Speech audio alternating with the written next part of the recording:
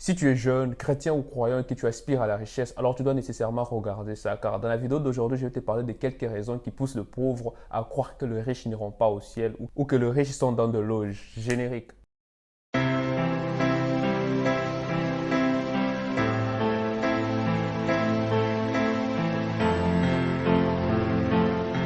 Salut à toi, bienvenue sur Investir en toi. Si tu me découvres au travers de cette chaîne, je me nomme Arturo Moaba. Abonne-toi à cette chaîne en cliquant sur le bouton rouge car ici, je partage avec toi de la valeur sur l'entrepreneuriat, le développement personnel, le business, le mindset, l'éducation financière également. Les anciens, les anciennes, je ne vous ai pas oublié. Merci pour votre fidélité. Merci de toujours partager les vidéos. Merci d'être scotché à la chaîne et n'oubliez pas, la vraie force, c'est toujours vous. Alors, si tu es en train de regarder cette vidéo, c'est que toi et moi avons une chose en commun. Si tu n'es pas abonné, abonne-toi s'il te plaît, active la cloche de notification afin de te notifier sur toutes les fois que je vais publier une vidéo. Et tu peux également aimer cette vidéo s'il te plaît, cela me donnera de la force. Et tu peux aussi commenter, ça ne te coûte rien s'il te plaît, mais tu ne sais pas combien ça m'encourage, combien ça me donne de la force. Laisse-moi un commentaire, je te prie. Alors, la première raison qui pousse le pauvre à croire que les riches n'iront pas au ciel, c'est qu'il pense que le riche se souvient de Dieu seulement quand tout va mal. Et aussi, il pense que le riche n'adore pas Dieu en esprit et en vérité. Tel qu'il est dit dans Jean 4, 24, il est dit que ceux qui adorent Dieu doivent l'adorer en esprit et en vérité. Alors le pauvre pense que les riches se souviennent de Dieu seulement quand tout va mal. Quand leur business ne tourne pas, quand leur entreprise ne produit pas, alors le pauvre pense que c'est seulement en ces moments précis que le riche se souvient de Dieu. Et également, il pense aussi que non, les riches sont tellement occupés qu'ils n'adorent pas Dieu en esprit et en vérité. Alors le pauvre se contente juste de la pauvreté. Une raison qui n'est pas aussi vraie parce que c'est vraiment discutable. On est tous bien d'accord là-dessus. Et la deuxième raison qui pousse le pauvre à pouvoir croire que les riches n'iront pas au ciel, c'est qu'ils pensent que les riches ont donné leur âme au diable. Ils pensent que les riches sont dans de loges. J'ai parlé de ça dans la vidéo que j'ai publiée récemment. Tu pourras aller la suivre justement après cette vidéo. Donc, les pauvres pensent aussi que non, pour être riche, il faut nécessairement faire de pacte avec le diable. Ce qui n'est pas du tout vrai parce que le Dieu que nous prions, c'est un Dieu très riche et très grand.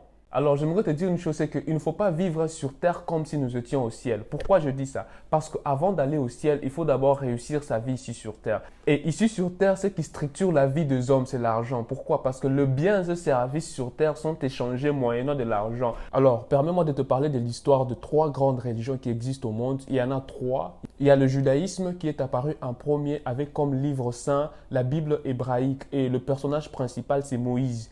Puis il y a le christianisme qui est apparu en deuxième avec comme livre saint la Bible chrétienne et le personnage principal c'est Jésus-Christ. Et il y a l'islam qui est apparu en troisième avec comme livre saint les Corans et le personnage principal de l'islam c'est Mahomet. Ces trois religions ont un point en commun, c'est qu'elles croient tous en un seul Dieu. Ok, ce sont des religions monothéistes. Et le point commun entre le judaïsme et le christianisme, c'est que le christianisme s'est plus inspiré du judaïsme vu que le judaïsme est apparu en premier. Et l'Ancien Testament de la Bible chrétienne est presque pareil avec la Bible hébraïque. Et les Juifs croient aussi en Jésus-Christ et ils ont aussi la Pâque chez eux. Et le point commun entre le christianisme et l'islam, c'est que toutes ces deux religions proclament les saluts, la conversion des âmes. Et le point commun entre le judaïsme et l'islam, c'est que ces deux religions ne croient pas à la Trinité. Par contre, le christianisme croit à la Trinité. Et les bases de ces trois grandes religions se trouvent à Jérusalem. Jérusalem qui est la ville trois fois sainte. Pourquoi? Parce qu'ayant le siège du judaïsme, du christianisme et de l'islam. Alors, je ferme la parenthèse. Je t'avais posé des questions, je vais t'ajouter une troisième. Alors, j'aimerais te poser une troisième question. Le juif et les musulmans sont-ils pauvres? Parce que c'est de là que proviennent les trois grandes religions du monde. On est tous bien d'accord que non. Les juifs ne sont pas pauvres, les musulmans également ne sont pas pauvres. Alors, pourquoi lorsqu'il est question de l'Afrique subsaharienne, il faut qu'on se complaise dans la pauvreté? Pourquoi? Donc ces gens, ok, ces gens, ils nous ont amené leur religion, vu que la religion provient d'eux, ils nous ont amené la religion et ils nous ont parlé des vertus de la pauvreté, comment il faut être pauvre pour hériter le royaume des cieux, mais eux-mêmes sont riches. Voyez-vous, du coup, il faut quitter de cet état d'esprit-là de pauvreté, en train de se complaire, en train de mal comprendre les Écritures, tout simplement parce que les Écritures sont sorties de la bouche sainte de l'abbé ou je sais pas moi, de l'imam ou du pasteur. Du coup, toi, tu prends ça et tu n'analyses même pas, tu ne fais aucune analyse, tu te dis que non, le pauvre n'hériteront pas le royaume des cieux. Il est plus facile pour une abeille de passer par le trou d'une aiguille que pour un riche d'hériter le royaume des cieux. Du coup, tu prends ça et tu n'analyses même pas, tu acceptes cela. Si Dieu t'a donné l'intelligence, c'est pour que tu puisses aussi analyser les Écritures. Ne fais pas seulement du copier-coller. Tu prends ce qui est dit ici et tu prends ça et tu appliques cela dans ta vie. Non, non, non. tu as l'intelligence, tu peux lire les Écritures, tu peux examiner les Écritures toi-même et faire des conclusions toi aussi. Du coup, il est temps de cesser de croire aux choses parce que tout simplement la chose a été dite par ton abbé, ton pasteur ou l'imam. Du coup, tu prends ça, tu ne fais aucune analyse. Tu ne pars pas consulter aussi les Écritures par toi-même, tu ne fais pas des recherches. Il est temps de cesser cela. Si Dieu t'a donné l'intelligence, c'est pour que toi aussi tu puisses avoir cette capacité-là d'aller chercher de toi-même et de faire des conclusions toi-même. D'accord? Je ne suis pas en train de dire que tout ce qu'il dit, c'est pas bien ou c'est bien. Non, non, non. Mais seulement, tu dois aussi faire des analyses toi-même pour voir ce qui est bien pour toi ou pas.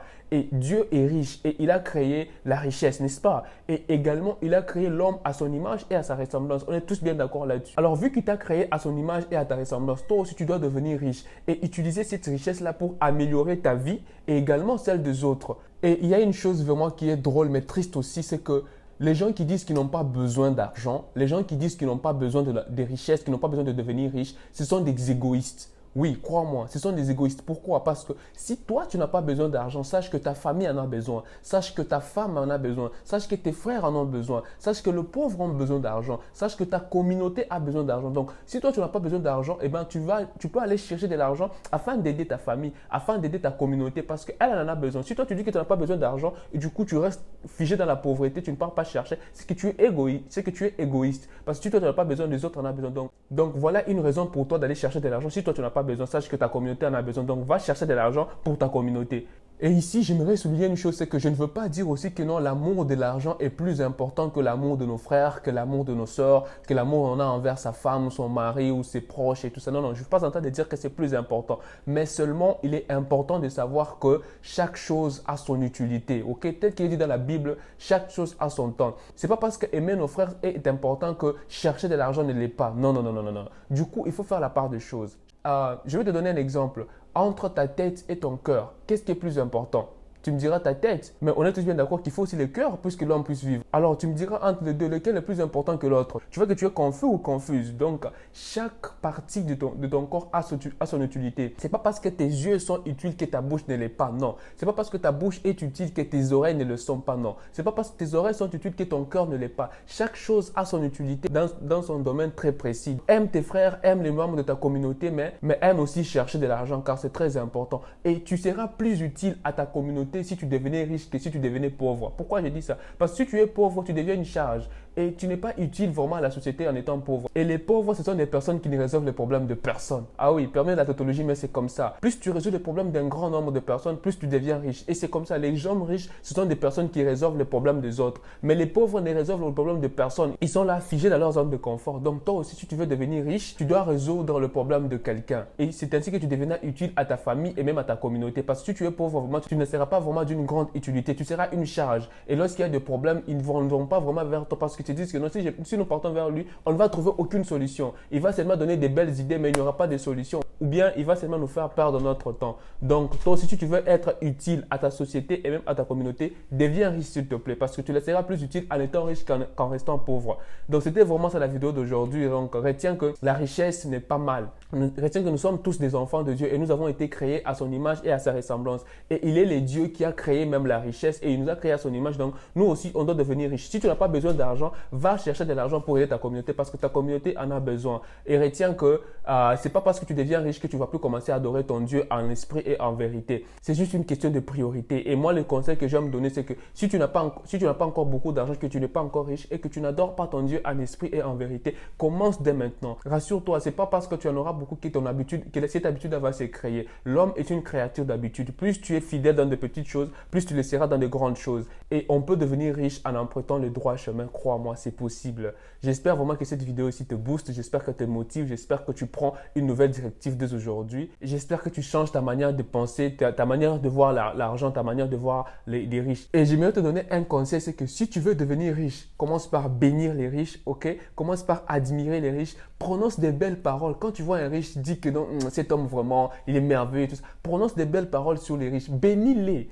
Pourquoi je dis ça? Parce que comme ça, quand toi aussi tu seras riche, quelqu'un d'autre va aussi prononcer des belles paroles en ta faveur. Tu vois, donc bénis les riches. Ne pense pas que les riches, ce sont des gens qui ont donné leur âme au diable, non. Ne pense pas que les riches, ce sont des mauvaises personnes, non. Bénis-les, marche avec un riche, pas pour qu'il te donne de l'argent, mais pour que tu puisses acquérir sa connaissance à lui. Parce que c'est comme ça que tu vas vraiment apprendre à devenir riche. Ça, c'était vraiment la suite de la vidéo que j'avais fait la fois passée. J'ai fait la fois passée la vidéo sur l'argent, les fausses croyances sur l'argent. Donc, après celle-ci, tu peux aller suivre cette vidéo-là. Je te la mettrai quelque part là. Tu peux aussi également aller la suivre et ça va te permettre de pouvoir bien comprendre cette vidéo. Si tu aimes cette vidéo, s'il te plaît, like là, ok? Laisse-moi un gros pouce bleu. Ça ne te coûte rien, mais ça me donne de la force. C'est une façon pour toi de me supporter. Laisse aussi un commentaire, s'il te plaît. C'est là pour voir YouTube que non, la vidéo est aimée, le contenu est aimé. Et comme ça, il va pouvoir le recommander à une grande audience. Donc, c'est une façon pour toi de me soutenir. Si tu veux me soutenir, tu t'abonnes à la chaîne, tu actives la cloche de notification, tu aimes cette vidéo et tu laisses un commentaire. Et également, tu la partages avec un proche. C'est une façon pour toi de me supporter. Donc, rendez-vous à la prochaine pour une nouvelle vidéo qui va encore te booster. Et surtout, n'oublie pas, ok? N'oublie pas, échoue encore, échoue plus encore, car c'est comme ça que tu réussiras. L'échec fait partie intégrante de la réussite. L'échec est juste une façon pour Dieu de te dire que non, mon fils, ma fille, le chemin que tu es en train d'emprunter n'est pas le bon. Essaye un autre, tu vois? Et moi, je te donne rendez-vous au sommet. Ciao les nippons!